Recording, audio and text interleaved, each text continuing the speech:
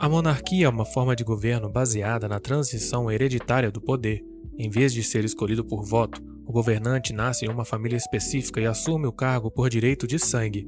Esse sistema surgiu há milênios e esteve presente em diversas civilizações, como no Egito Antigo, na China Imperial e nos reinos europeus da Idade Média. Durante muito tempo, acreditou-se que o rei governava por vontade divina. Essa ideia, conhecida como direito divino dos reis, sustentava que o monarca havia sido escolhido pelo próprio Deus, e por isso, sua autoridade não podia ser questionada. Essa crença reforçava o poder absoluto de muitos reis, que concentravam decisões políticas, militares, econômicas e até religiosas em suas mãos. Ao mesmo tempo, a monarquia também foi associada à estabilidade. Em sociedades com baixa participação popular e comunicação limitada, um governo centralizado e previsível oferecia mais segurança. A continuidade da linhagem real criava um senso de ordem e identidade para o povo, especialmente em tempos de guerra ou crise. Por outro lado, o modelo hereditário também gerava problemas. Nem todos os herdeiros estavam preparados para governar, e muitos monarcas usaram o poder em benefício próprio. Casos de autoritarismo e desigualdade social levaram à insatisfação popular, culminando em revoluções como a francesa ou a russa, que puseram fim a regimes monárquicos. Mesmo assim, a monarquia continuou a evoluir. Em alguns contextos, foi reformada para coexistir com outras instituições, mantendo-se como símbolo de continuidade histórica, e em outros, foi completamente abolida. O debate permanece sobre o papel que essa forma de governo teve, e ainda tem, na construção da identidade, da ordem social e da legitimidade política. O nacionalismo é uma ideologia política baseada na valorização da identidade nacional. Seu princípio central é que as pessoas que compartilham cultura, língua, história e território devem formar uma nação unida, com direito à autodeterminação, ou seja, ao próprio governo. Essa ideia ganhou força especialmente a partir do século XIX, com o surgimento dos Estados-nação modernos.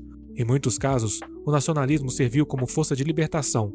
Povos colonizados ou dominados por impérios estrangeiros usaram o sentimento nacional para buscar uma independência, como aconteceu com as colônias americanas, os países latinos e as nações que romperam com o Império Otomano.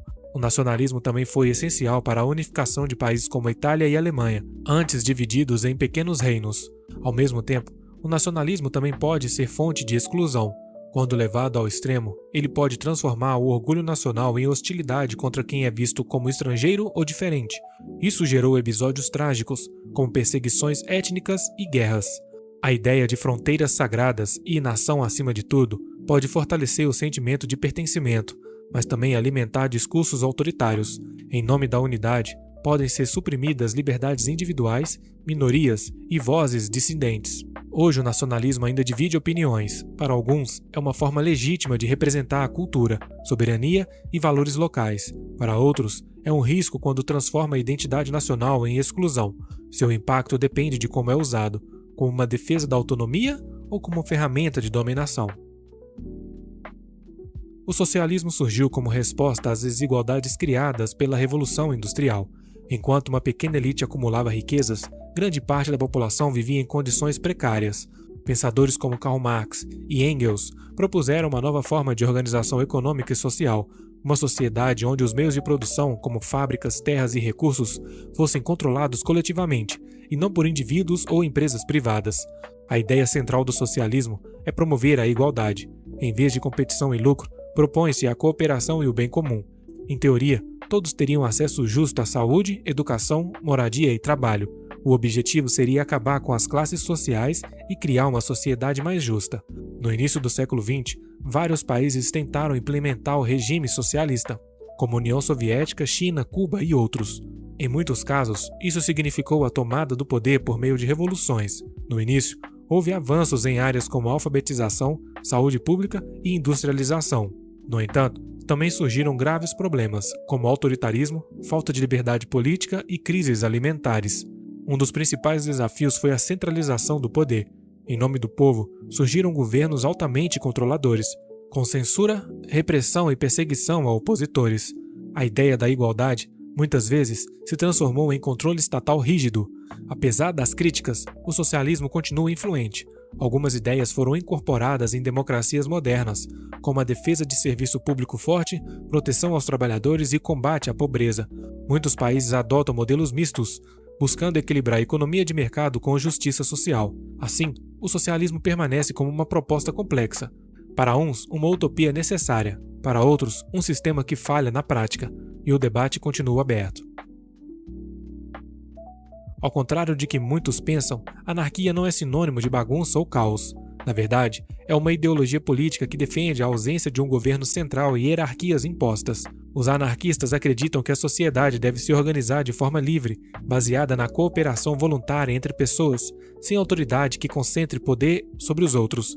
Historicamente, ideias anarquistas ganharam força por volta do século XIX, principalmente com pensadores como Pierre Joseph, que declarou que toda propriedade é um roubo, e Bakunin, que via o Estado como uma estrutura opressora por natureza. Para eles, a liberdade só seria plena quando não houvesse mais dominadores nem dominados. Durante a Revolução Espanhola, regiões como a Catalunha chegaram a implementar formas de anarquismo na prática. Trabalhadores tomaram fábricas, terras foram coletivizadas e a organização social foi feita por meio de assembleias populares. Porém, o experimento foi interrompido com a vitória das forças franquistas. Na teoria, a anarquia defende autonomia total, igualdade radical e autogestão, mas na prática, muitos críticos apontam dificuldades em manter a ordem, segurança e direitos coletivos em uma sociedade sem leis formais ou instituições. Alguns dizem que ela é uma utopia libertária, outros que ela ignora a realidade da natureza humana. A anarquia permanece como uma das ideias mais desafiadoras e controversas da história política. Afinal, é possível viver em uma sociedade sem governo? Ou isso levaria inevitavelmente ao colapso da convivência? O liberalismo surgiu na Europa entre os séculos 17 e 18, como uma resposta direta ao absolutismo e à intervenção do Estado na vida das pessoas. Seus defensores queriam limitar o poder dos reis, garantir direitos individuais e promover a liberdade de expressão, religião e comércio. Na base da ideologia está a ideia de que o ser humano deve ser livre para tomar suas próprias decisões, tanto na vida pessoal quanto na econômica. Filósofos como John Locke defenderam que todo cidadão tem direito à vida, à liberdade e à propriedade. Já economistas como Adam Smith criaram as bases do liberalismo econômico, com a famosa mão invisível do mercado, que teoricamente regula tudo sem a necessidade da interferência estatal. Com o tempo, o liberalismo foi se transformando. No século XIX, ele se tornou a base do capitalismo moderno, incentivando a livre iniciativa, os contratos privados ou a concorrência. Em muitos países, foi a força motriz para a Revolução Industrial, gerando inovações, crescimento econômico e aumento da produtividade. Mas também foi acusado de ignorar desigualdades sociais, permitindo o surgimento de elites econômicas poderosas e condições de trabalhos precárias. Para os liberais, quanto menos Estado, melhor. O governo deve garantir leis, seguranças e contratos, mas evitar interferir no mercado ou na vida privada. Seus críticos, porém, argumentam que essa liberdade irrestrita pode favorecer os mais ricos, aprofundando a desigualdade e deixando os pobres cada vez mais suscetíveis. Hoje, o liberalismo continua influente, presente em constituições, instituições democráticas e políticas econômicas em todo o mundo. A pergunta que persiste é: essa liberdade promovida pelo liberalismo é realmente para todos ou apenas para aqueles que já têm vantagem? O conservadorismo nasceu como uma reação às grandes mudanças sociais e políticas que marcaram o fim do século XVIII, principalmente a Revolução Francesa. Enquanto ideias como o liberalismo e o socialismo propunham transformações profundas na sociedade, os conservadores defendiam que a mudança rápida e radical poderiam destruir tradições importantes e gerar instabilidade. Edmund Burke, considerado um dos pais do conservadorismo moderno, criticava o rompimento com o passado. Para ele, a sabedoria acumulada pelas gerações deveria ser respeitada e a ordem social precisava da continuidade para funcionar bem. Não se tratava de rejeitar mudanças por completo, mas sim de fazer reformas com cautela, valorizando as instituições, a religião, a família e os costumes locais. Ao longo da história, o conservadorismo se manifestou de forma diferente, dependendo da cultura e do contexto de cada país. Em alguns lugares esteve ligado à monarquia e à defesa da igreja. Em outros, apoiou democracias liberais, mas sempre com ênfase na estabilidade, na hierarquia social e na autoridade. No século XX, com o avanço das ideias progressistas e socialistas, o conservadorismo se reposicionou como uma resposta às mudanças culturais e morais. Defendeu valores considerados tradicionais, como o casamento, a educação baseada em disciplina e o respeito à ordem legal. Também passou a criticar o crescimento do Estado, unindo-se em certos momentos ao liberalismo econômico. Os críticos afirmam que o conservadorismo pode servir como barreira ao progresso social, mantendo privilégios históricos e dificultando a inclusão de grupos marginalizados. Já seus defensores veem nele uma forma de proteger a coesão social e evitar que a sociedade se perca em modismos passageiros. O comunismo é uma ideologia política que propõe uma sociedade sem classes, sem propriedade privada e sem Estado. Sua concepção teórica surgiu no século XIX com as obras de Karl Marx e Engels, como uma resposta às desigualdades resultantes do capitalismo industrial. Para Marx, a história da humanidade era marcada pela luta de classes, onde a burguesia explorava o proletariado. O comunismo seria a solução para essa exploração. No entanto, o comunismo, tal como defendido por Marx, nunca foi completamente implementado em nenhum país. O que se viu ao longo do século XX foi a tentativa de implementação do socialismo, uma fase intermediária onde o Estado controla os meios de produção e busca garantir uma distribuição mais igualitária de riquezas. Países como União Soviética, China e Cuba e outros passaram por revoluções socialistas, mas em nenhum deles o comunismo puro foi alcançado. Em vez disso, o que se observou foi a centralização de poder em um Estado forte, frequentemente com o governo autoritário, o que contradiz a ideia marxista de um Estado sem classes e eventualmente sem governo. Embora o socialismo tenha sido praticado, o comunismo segue sendo uma ideia idealizada, que busca a total eliminação das classes sociais e do Estado. Para os críticos, a implementação do socialismo foi um passo longe demais em direção a regimes totalitários, enquanto os defensores afirmam que o verdadeiro comunismo ainda não foi realizado e que só ele seria capaz de eliminar as injustiças do sistema capitalista, garantindo igualdade e liberdade para todos. O feminismo é um movimento social e político que busca a igualdade de direitos entre homens e mulheres. Surgiu principalmente no século XIX, como resposta à opressão histórica das mulheres que foram frequentemente excluídas de direitos fundamentais, como a propriedade, o voto e o acesso a cargos públicos e educacionais. O movimento passou por várias ondas, cada uma focada em diferentes aspectos da luta feminista.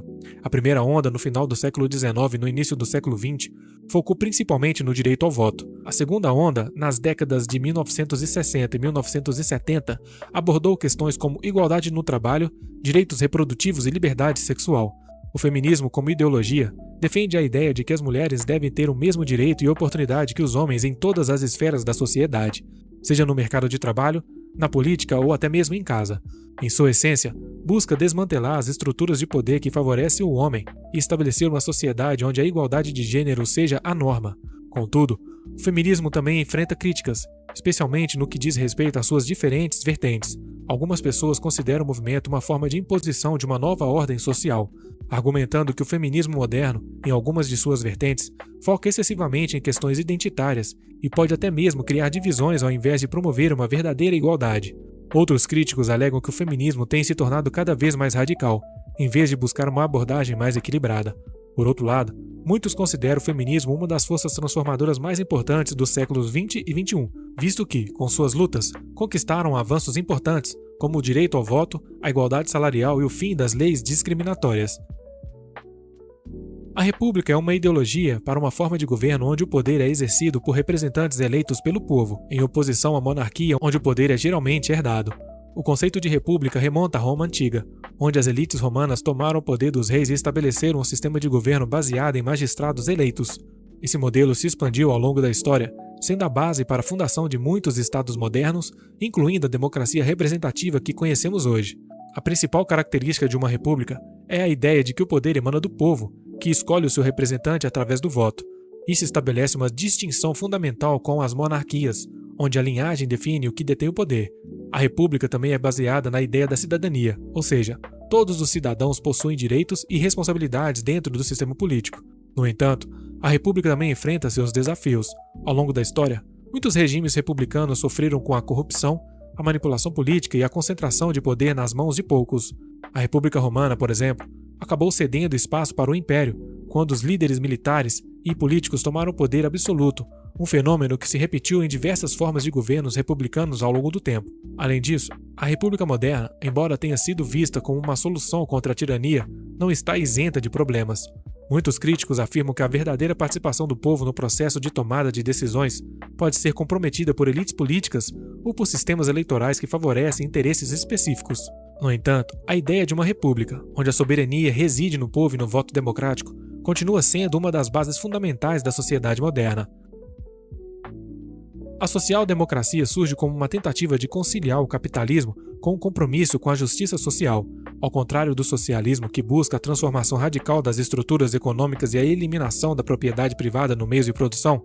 A social-democracia propõe um modelo mais moderado, onde o mercado continua funcionando, mas com a intervenção do Estado para garantir a equidade social e o bem-estar para todos.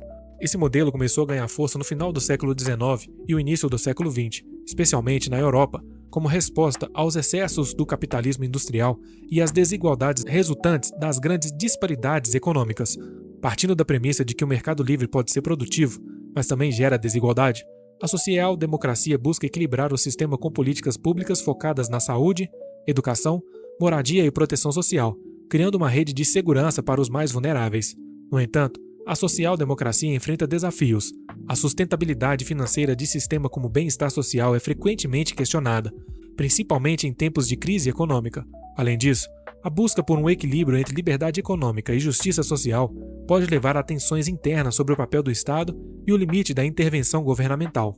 A social-democracia continua sendo uma proposta política popular, especialmente em contextos onde os desafios do capitalismo selvagem são evidentes. Mas, como qualquer modelo, não está imune a críticas de que suas soluções podem ser ineficientes ou insustentáveis em um mundo em constante mudança. O ambientalismo é uma ideologia política que coloca a natureza e a sustentabilidade no centro das preocupações sociais, econômicas e políticas. Sua premissa básica é que a saúde do planeta é crucial para o bem-estar humano e, portanto, é necessário mudar as práticas de exploração ambiental que impactam negativamente a Terra. Esse movimento ganhou força a partir da segunda metade do século XX, com o aumento da poluição, o aquecimento global e a perda da biodiversidade. No coração do ambientalismo está a ideia de que recursos naturais não são infinitos e devem ser preservados para as próximas gerações.